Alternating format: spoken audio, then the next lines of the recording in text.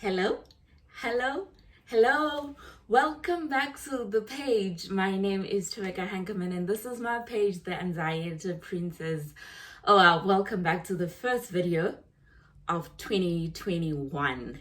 I honestly didn't think this page would still be existing, but I am certainly glad that it still is, and I'm happy to announce that it will still be going on for quite a few weeks to come. I honestly can't say what's going to happen to it, but all I can tell you is we have enough content to keep us going.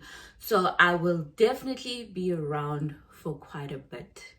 So just before I get into the video for this year, I did welcome the year rather on a not so great basis. I had a headache on the 1st of January, and I was just like feeling really down, to be honest.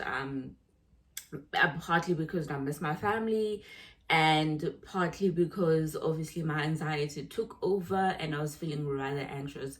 I'm not sure if it was just the anxiousness from the fact that it's the new year or what, but I am in good spirits and in good health now, and I'm happy to be back. I must say I missed you guys, but you're stuck with me every Sunday from now on until whenever, basically. Just before I get into the video for today, I'd like to just cover the admin. First point of admin is to welcome the new people. While we're on a break, I kept seeing notification that the Anxiety Princess is a new follower and the Anxiety Princess is a new like.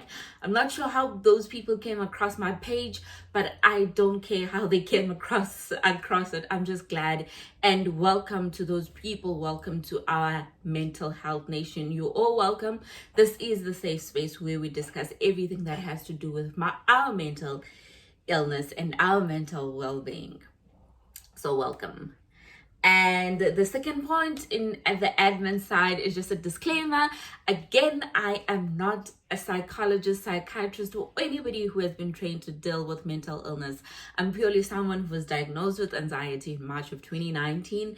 And this is just a platform for me to educate people about my own experience. And if you can relate, all good and well. And please let this not be a substitute for you attending your counseling. Please do attend your counseling. I attended my counseling. I did my share. And I can tell you there are good benefits to you still attending your counseling. So please do that. Let this just be an additional resource to your healing journey, basically. And if you are not sure whether you are actually suffering from mental health, please do consult your doctor. They need to give you the diagnosis that you are suffering from some form of mental health issue. So please, I'm just an accountant, guys. I'm just an auditor. That's all I know. But everything I'm saying here is my own opinion. It's my own journey. It's everything I have been through. Cool. And then just on another admin point is that I know there aren't rules and boundaries where this page is concerned, simply because I don't want to conform or limit what people can and cannot do. But during the holidays, there was a funny message that I got of somebody sending me a message saying, "Hi, sexy." I found that very offensive, considering that every time I start a video, I mention that I'm Tumeka Henkeman. Like, that's my name, so that's how you should address me. I think such language should only be restricted to my husband. Even he knows what kind of language I appreciate and what kind of language I don't appreciate, and sexy isn't one of those languages. So please, I do ask for boundaries. I don't want to start enforcing rules for this page, because that's not the whole point. But I do want you guys to respect me, to respect the fact that I'm married, to respect my husband, and to be grateful that he's allowing me to do this. So while I welcome inboxes with people who are shy to write on the wall, let's just please respect one another. I'm not going to enforce rules, but I just need you guys to respect that space. And just another admin point is just what's happening with the page this year. So obviously I went during the holidays just to get some to reflect, and I'm really proud of myself, you guys, for starting this page. I am really proud. This is not something I thought in a million years, well, in 31 years that I'll be doing. But I am actually glad I did it. I took the leap of faith and did it. And when I started this, I just wanted to dump a lot of information and leave it and you guys deal with it. But I saw how it was welcomed. I saw how it was welcomed. I saw how people were benefited from it. And as time went by, God started revealing more topics he wanted me to cover. And that's basically what I have been doing. So as I was sitting and reflecting on what did I want, I have come up with quite a few topics that I want to cover. I have about 18 topics that I want to cover, but obviously the year is 52 weeks. So what does it mean? It means that I will be filling those gaps with getting people to come on the page, hopefully bringing my husband back. And I think this year I'm tapping into other topics apart from mental health. So I'll touch on a little bit of spirituality, religion, and my intention with that is not to offend anyone. But it's just to kind of get us thinking about other things that potentially also impact on our mental health. So as I mentioned that I kind of lost faith when I was going through the whole emotions of my anxiety, but then we'll touch on things of how did I regain that faith back. And obviously, if you are not a Christian, you need to translate what I'm saying to what you believe in. That maybe you could have been in a situation where you lost faith in what you had believed in. So I'll tap on that. I'll tap in a bit of my career. I'll let you guys in a little bit of my marriage and my relationship. So we're going all out, but with the one aim of actually dealing with issues that are going on in our heads. So basically our mental health. So we are stepping up. We're stepping out of our comfort zone just in order to see what else we can uncover. So at the moment, as I said, I was reflected with 18 topics that God wants me to cover, but I know that he'll reveal a whole lot more than he wants me to cover. If then after 18, there isn't anything he reveals in me, then I probably will take that as he wants me to stop the page, but who knows? Let's see how it goes. Let's see how it goes. And just all I'm asking for this year is I would really love a little bit of interaction from you guys. Yes, I've been getting the interaction, but more people, I want you guys to feel comfortable enough to feel as though this is a safe space. This is that space where you can actually discuss things with me. You can talk about things freely. So I would really love a lot of interaction. I'd love a lot of feedback with regards to the videos, whether there's something you guys think I'm not doing well or something that you think I should start incorporating. Please feel free to let me know. With regards to whether I'm doing well or not, I don't think this is about that, whether you guys are criticizing how I'm talking or whatnot, but it's more so, am I shying away from real issues, basically? Because when I started this page, I said we are dealing with everything that we're free to talk about. So if you feel as though I'm shying away from things, please call me out and say, listen, get into it, dive deeper, dig deeper, and let's get it out. That's all I want. And as for my presentation skills, I don't know, guys. I'm doing the best that I can, and I think it will be harsh for you to judge me on that because I'm only doing the best that I can, and I never proclaimed myself to be a presenter when we started this. So every week I gather the strength, I say a little prayer that, Lord, let me speak out freely and hopefully touch a life or two. And then just on another point that I mentioned yesterday, that I'm going to try to keep the videos quite short this year. This one might be a bit long because obviously now I'm already on 10 minutes with just admin, but obviously I don't do a whole of admin every week. I don't do such a long list of admin. So like, as going forward, I'm gonna try to keep the videos between 20 and 30 minutes, but let's just see. I don't want to say that I'm sticking to that and that's it, because you know, sometimes you're in the moment and things just happen, but I will really try to keep the videos as short as possible because I want them to be very impactful. I don't want you to get to 20 minutes and you already forgotten what I said in the first minute. So let's just see how it goes, and hopefully I can stick to that time.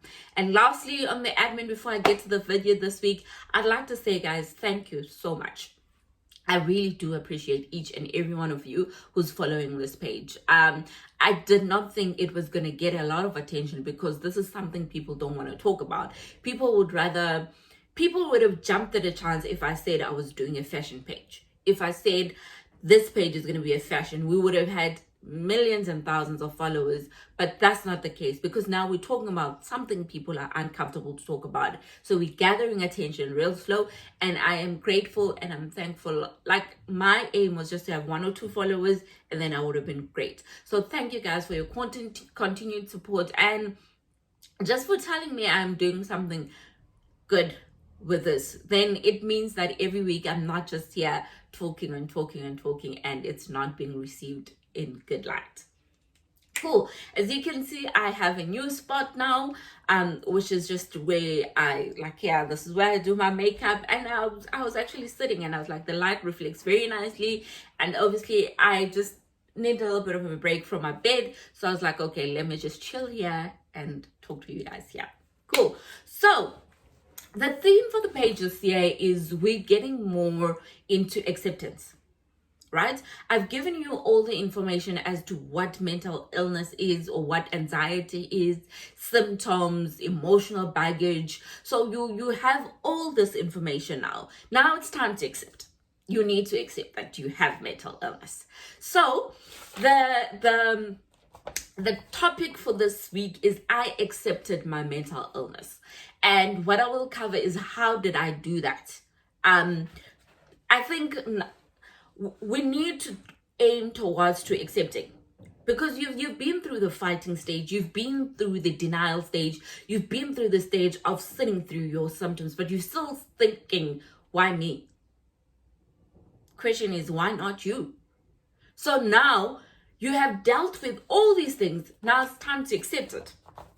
Because the minute you accept it, that's when you start moving on. That's when you start healing. That's when you start processing the journey and knowing what it is exactly that you're supposed to do. And please, again, this is not only limited to mental illness or my anxiety. There's a whole other list of other mental health that we're talking about. So you have been retrenched, or you have suffered a great loss, or you suffer from depression, you suffer from schizophrenia, or whatever it is that you may be going through, and you've processed everything, but you still haven't gotten to the point of acceptance. So now I'm giving you the tools as to what did I do to get to a point where I accepted my mental illness. And as I've said, if you're new to the page, I accepted my anxiety. I live with it day in and day out. I take a pill every day to control what will happen to me in terms of my thoughts and in terms of correcting the chemical imbalance that happened in my head. But how did I do that? The first thing that I did is education is key. Know exactly what you're dealing with. Right. So here I was having my panic attacks, having my anxiety attacks. Here I was having headaches day in, day out. Here I was struggling to sleep. Here I was having chest pains and all these things that I was getting, twitches, muscle tensions, and everything that I was having daily, right? And I went to the doctors, did all the tests that I needed to do, and by the end of it, I knew that there was nothing physically wrong with me. So I wasn't sick.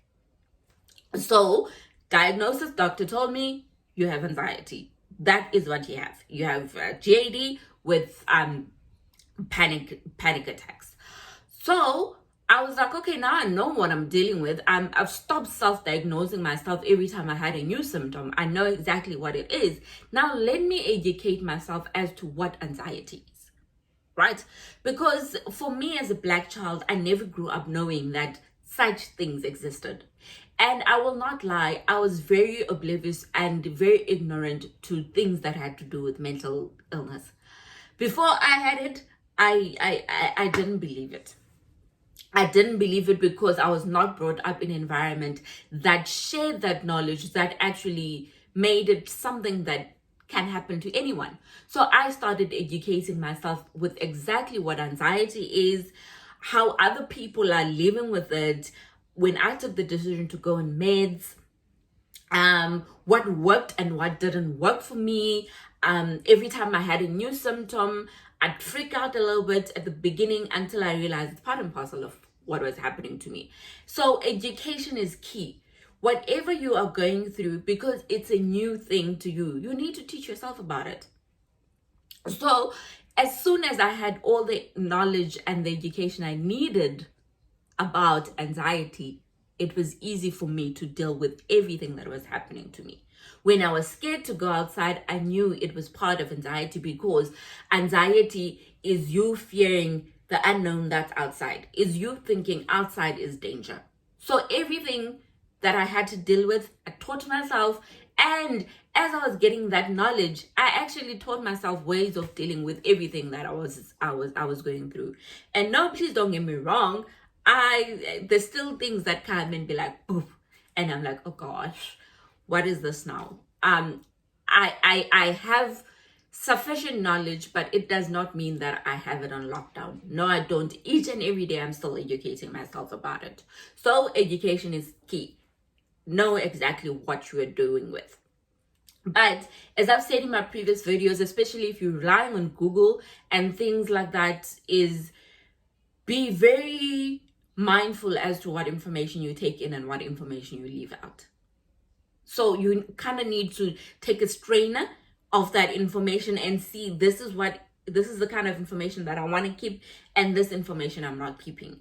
Some information could be harmful to you, especially I think information relating to symptoms, it can be very harmful to you. And for me, it was easy because I had done all the medical tests. So I knew I didn't have a brain tumor, for instance, with the headaches. So please, if you haven't done your medical checks or you don't have the resources, just try to say, okay, I have a headache. Could it be a brain tumor? A brain tumor headache is an extremely sore and painful headache. And while a mental illness headache is just a tension headache. So just have a filter that you filter what you take in and what you leave out. That's the first thing. I educated myself and I knew exactly what kind of monster I was dealing with. Cool. The second thing is finding coping mechanisms and identifying what poses a danger. For those new, and I keep looking down, is because the pink book is with me. I always prep for the videos, so just bear with me while I look at the pointers that I want to talk through. Cool. So you need to find coping mechanisms. So when I started, when I was sick, when I started getting sick, I grasped it through everything. I did yoga. I hydrated, like I used to drink probably 3 to 4 liters of water a day. I did yoga, my yoga version of it. I used to ask my hubby, who was my fiance then, to go on walks, because all these things I was reading, that you need to exercise, you need to do this and this and this. And soon I realized that I'm not the physical type. I don't like exercising. Like, that's not me. And I'm fine with it. Like, I'm not the type to skip a rope. I'm not the type to do sit-ups, although they do help with mental health. But because I was just doing it to get it out of the way and to find a coping mechanisms, I grasped everything. I grasped meditation and things like that, until I figured out that actually my coping mechanism was breathing. Yes, breathing. So when I do sense that I have a panic attack coming, I breathe. There's a technique that I do, and it's basically you put your finger in here and you start breathing through this one nostril, and you're concentrating on your breathing apart from actually concentrating on what is causing your panic attack, right? And you keep swapping and swapping and swapping You keep swapping and swapping. Or another breathing technique is to say, okay, you hold your breath and you count from 5 to 1, and then you.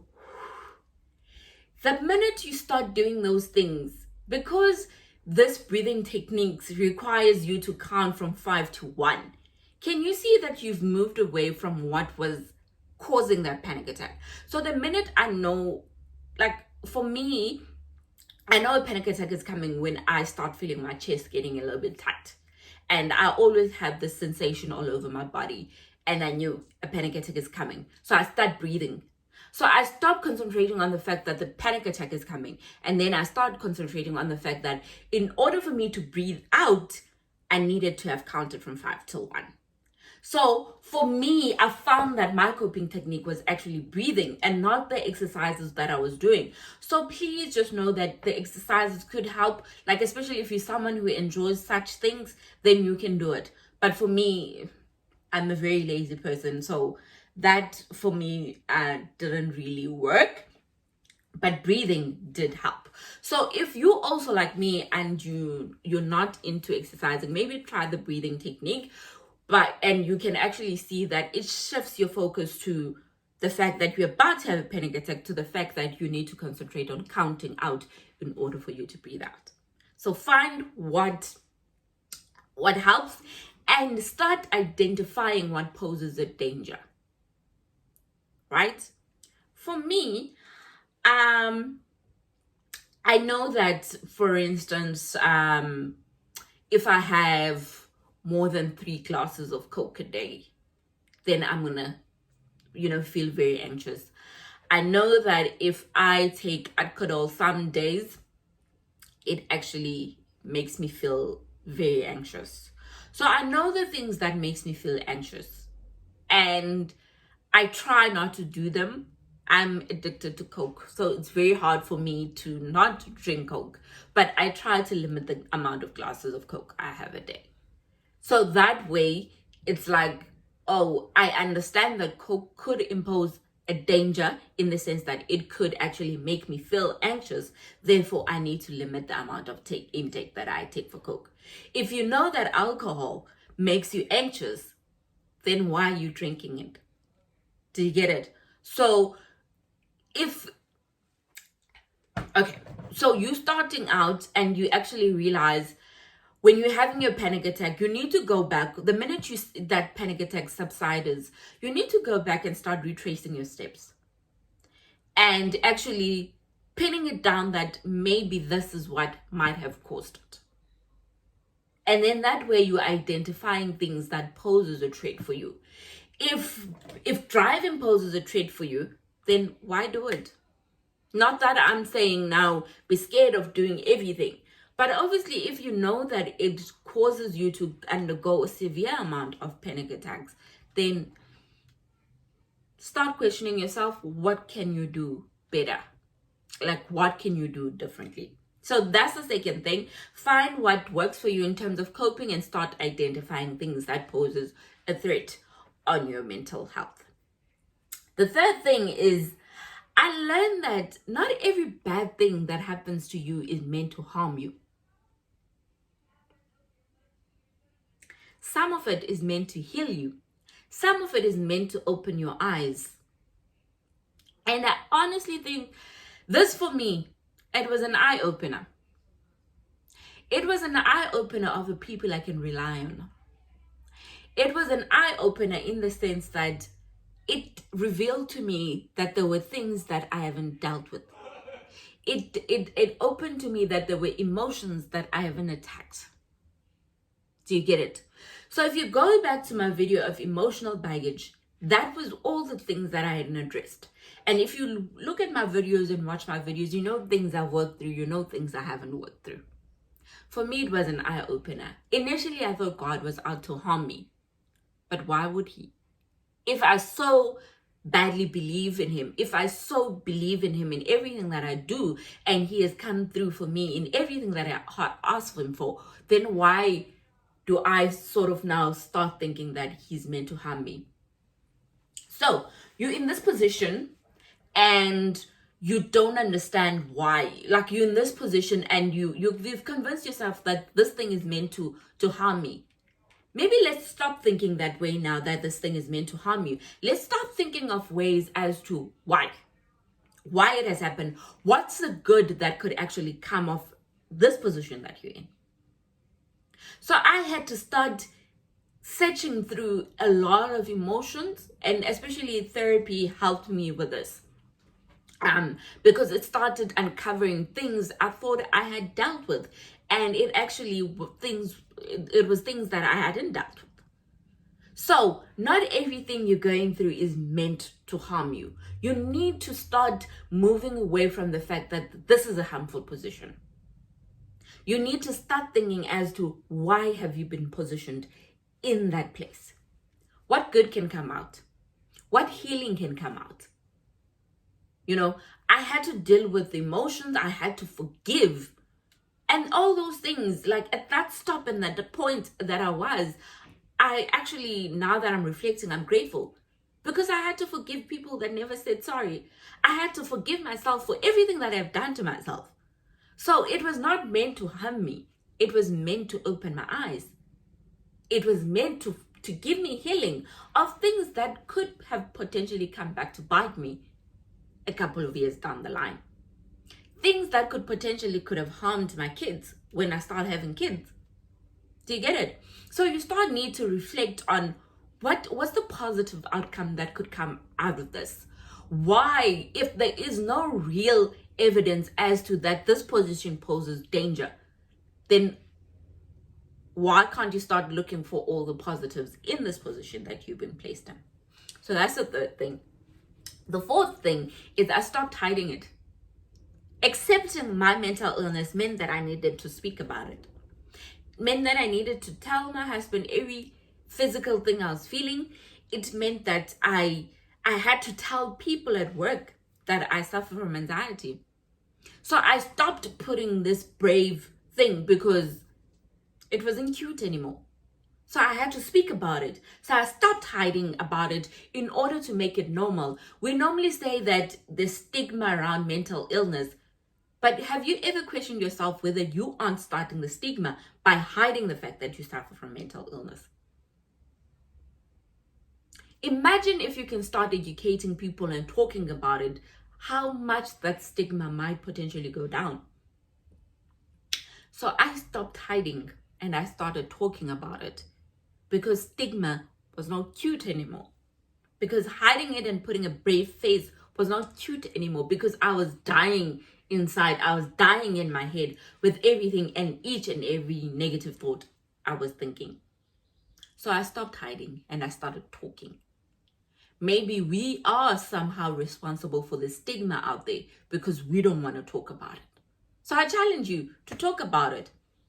Change people's perspective. Don't, when people now, you guys are all sitting down and people are talking and going on about there's nothing such as depression. Why did she kill herself? Stand up for those people and say, hey, listen, I also suffer from it. And educate them. That's when you're given actually the right platform to actually say, hey, listen, let me educate you a little bit. So I stopped hiding it. Cool. And then the fifth thing that I did is allowed the emotions to take over. There was a point where I used to fight what I was feeling, but as soon as I knew what it was, I knew it came with such moments where I felt as though I have been defeated. Sometimes you need to be defeated to get up again and fight even harder. I allowed emotions to take over. I picked my battles in my war zone, because mental illness is a war. So you need to kind of pick your fight. Like, which one is it worth fighting? You know, which emotions should I fight against and which ones I need to process. I need them to take its toll in order for me to move on. So I allowed the emotions to take over. You don't need to fight everything that has to do with mental illness. If you want to cry, you don't need to fight the crying. You don't need to not, You don't need not to cry in order to prove that you're strong. Come on. Cry and feel better after you do it. So in this battle that's called my anxiety, I pick moments where I have to fight. But sometimes I let emotions do what they need to do and just see what could potentially come out of that. Cool. And then the sixth thing is, I'm just worried that the video is on 30 and I still have quite a few points, but obviously I still have 10 minutes, which I had to cover the admin, so bear with me. I focused on relationships that matter. Nothing takes you down as the people that are in your life, guys. You need to focus on relationships that accept you with your mental illness. If your friend's family partner is uncomfortable about talking about what you're going through, I don't know. Because you're not gonna, when you step into that space with them, you're not gonna leave your mental illness outside. Because half the time, it catches you off guard. It catches you in moments that you don't want it to catch you. But in order for you to have meaningful relationships, the relationships, they need to accept the fact that you suffer from some form of mental illness. So I started shifting my focus from friendships and, friendships that didn't understand to friendships that wanted to understand. Yes, people don't know much about mental illness. If your friends are very comfortable with you teaching them about mental illness, they want to learn because they want to be in a position to accept it. They want to be in a position to accept you with your mental illness. They want to be in a position to accept a friendship that has a mental illness, because a friendship that has mental illness comes with, sorry friend, I can't make it. Sorry friend that I didn't check up on you. It comes with an added responsibility from the friend to call and say, friend, how you doing? Is there anything that I can do to help you? So if your friends don't understand the requirements that come with dealing with mental illness and they're not willing to accept you with that mental illness, let them go. Let them go. You don't need them in your life. This chair is so uncomfortable. You don't need them in your life.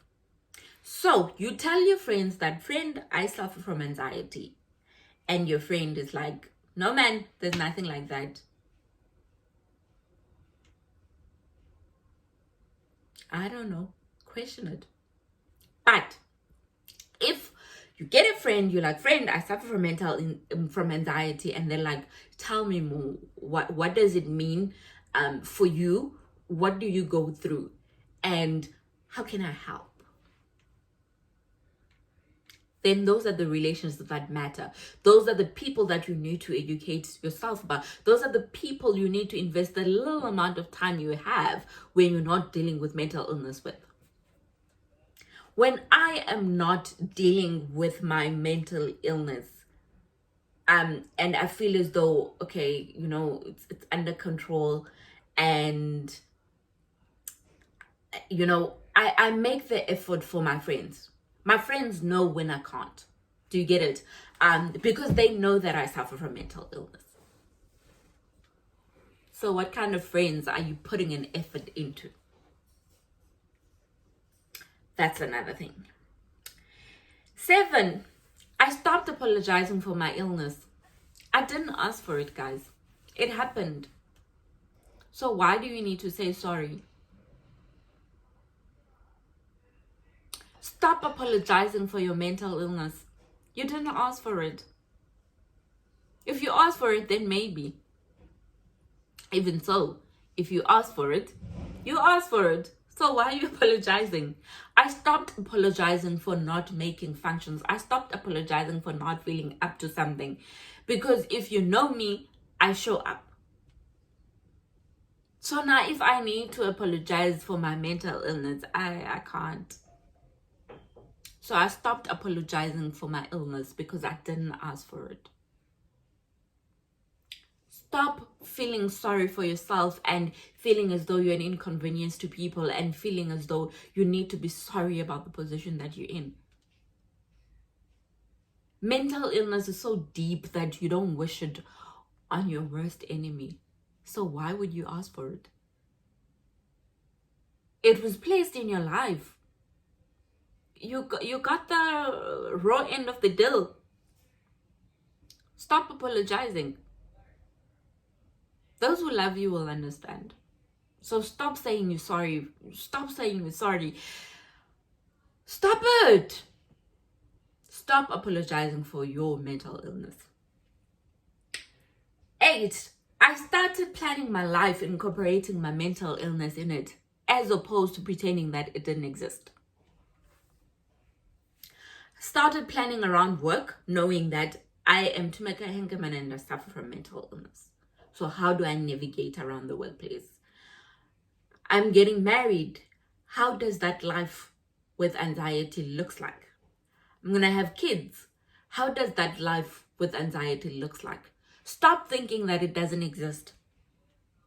Stop telling me you're going to go party and forget you have anxiety. If you are going to go party, bear in mind that it might happen while you're grooving. You know? It might happen at any time. So I started saying everything that I'm doing, I need to know that I suffer from mental illness. I'm not saying it's a limitation of things I needed to do. No, it's not a limitation at all. But I started because I don't know when it's going to go away. So it would be so foolish of me to continue my life and keep forgetting that I have anxiety. Like now, for instance, I can't start drinking alcohol and pretend that my anxiety doesn't exist, because I know alcohol contributes to anxiety. So why would I now go and start drinking? Do you get what I'm trying to say? I'm sorry if I'm making bad examples about partying and all those things, but I'm just saying that I started living my life and knowing that it's there. So if you are going to get into a relationship, you need to get into a relationship and know that in this relationship, there's a third thing, which is anxiety. So disclose it to your partner so that they know that it's there.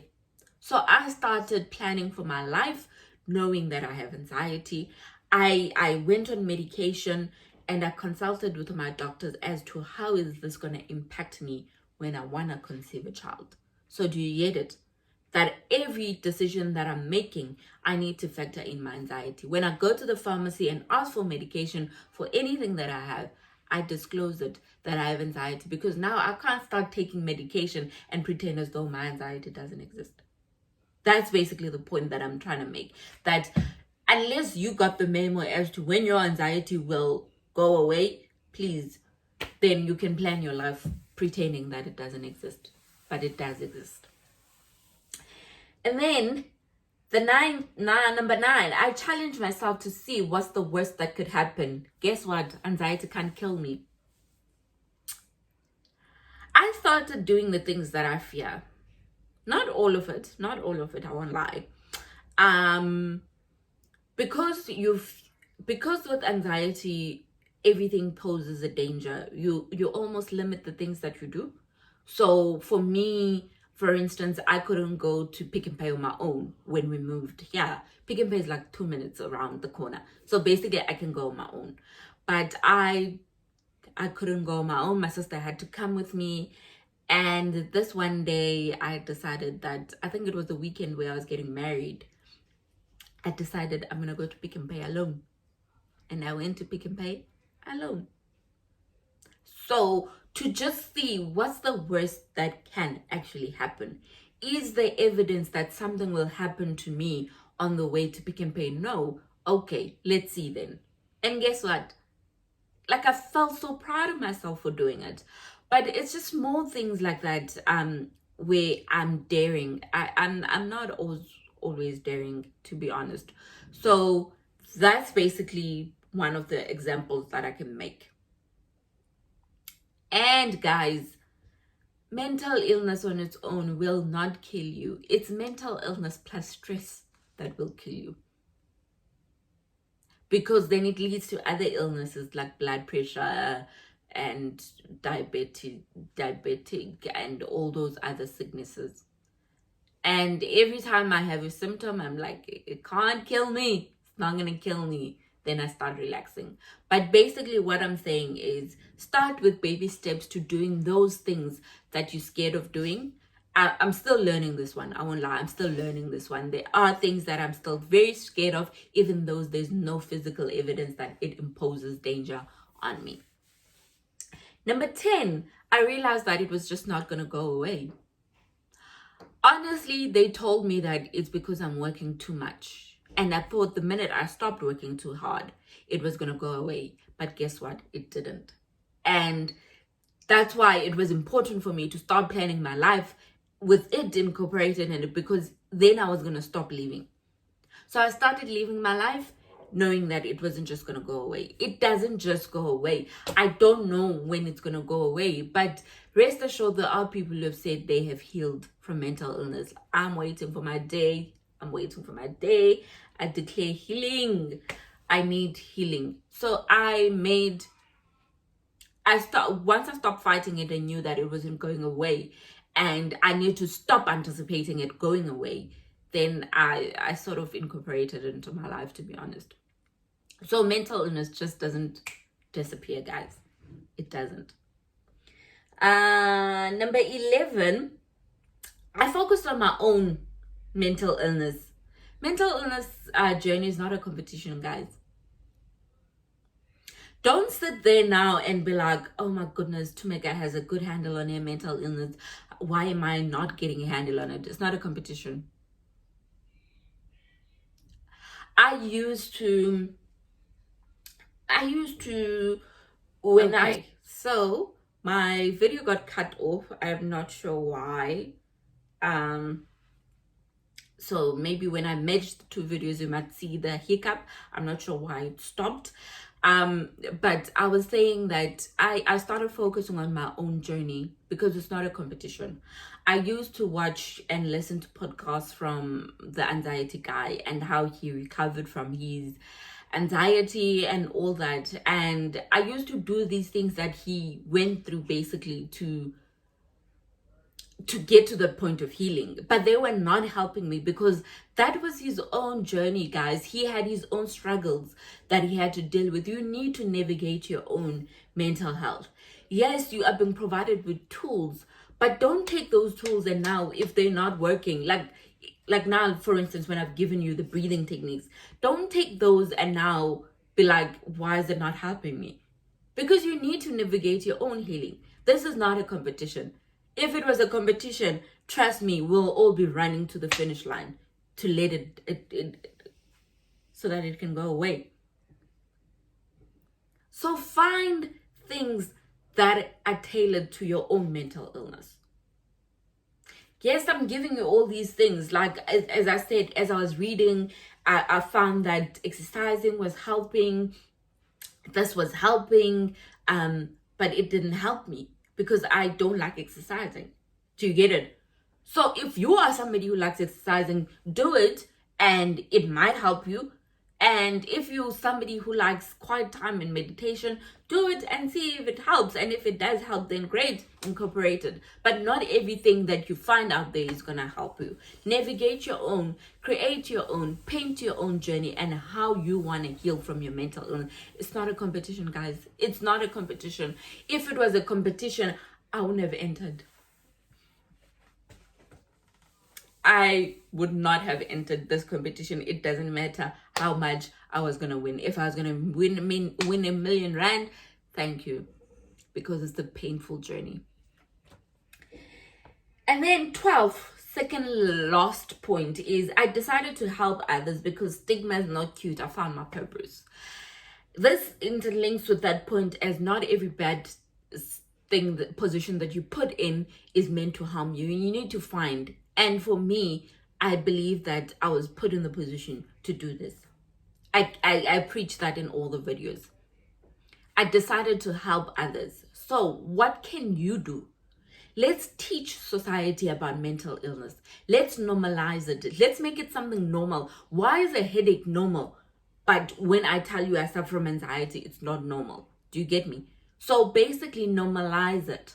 Start in conversations where people are bashing people with depression. Start standing up for those people and making it your personal responsibility to actually teach people about depression. Do you get it? When people sit and be like, there's nothing as anxiety, I'm quick to say, no, there is. I'm living with it. Maybe we are the reason why there is stigma, because we're scared to speak up. We're scared to stand up for our peers. We're scared. I'm praying that my friends stand up for me in conversations where people are going on about anxiety, and I hope they don't participate in the sense to say it doesn't exist. I hope they stand and be like, whoa, our friend has anxiety. So let's help others, because the stigma is not cute, guys. It ain't cute. And it's 2021 now. Let's just educate people about it. And the last point, number 13, I accepted because I stopped asking myself, why me? I was not above it. I did not understand for the longest of time that, God, I have a good job, I have a good relationship, I am financially comfortable, I'm living overseas, I'm traveling. So what do you mean that I have anxiety? No money in the world. No money in the world. No money in the world. No money in the world could actually stop you from suffering from mental health. None whatsoever. You're not above the season. You're not above the season you're going through. And instead of questioning the why me, start questioning why not me. Or change the why me because I have money into being why me? Lord, what are you trying to show me here? What do you want me to do? So let's change that mentality of thinking we're above things. If you get retrenched, stop asking why me because I'm an asset in this company. Companies can replace you so quickly. So you're not above the season that you're going through. You're not above the pain that you're going through. You're not above the loss that you're going through. And stop thinking that way. Stop thinking that you're too good for the bad to happen to you. That's basically what I'm saying. So that was all the things that happened in my life up until a point where I got to a point to say, Tumeka, you're not above anxiety, and accept it. And guys, I think I'm a little bit happier in life since I accepted it. I honestly think I am, because there's less fighting with my emotions. There's less fighting things that don't even need me to fight about. I accepted my mental illness. It's time for you to accept your mental illness in order to heal, in order to educate, in order to move on and heal.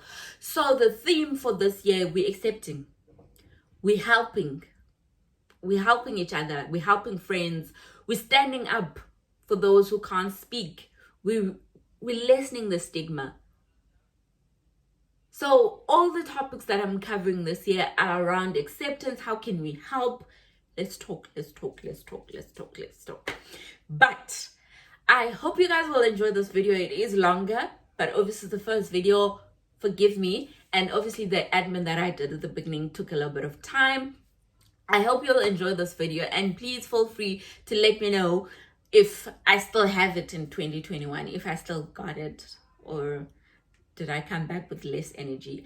I am honestly going to try to be much more happier in my videos. I actually watched a few of my videos and I was like, sometimes I can see emotions, guys. This illness, I don't wish it upon on anyone, but I will always be here to try and help people who are dealing with mental illness, to tell them it's normal. Like, you can be pretty and still suffer from it. You're not above it. But anyways, guys, I honestly, it's good to be back. I'm grateful to be back, and I hope we will have a great 2021, and I hope this page will just keep on growing the way it has. I appreciate each and every one of you. I hope you'll have a beautiful Sunday with your families, and if you are going back to work, please remember, you can say no. Don't take on too much. Put yourself first, because everyone, you can be replaced as quickly as possible. So take care of your mental well-being. I hope you'll have a beautiful Sunday with your families. Bye.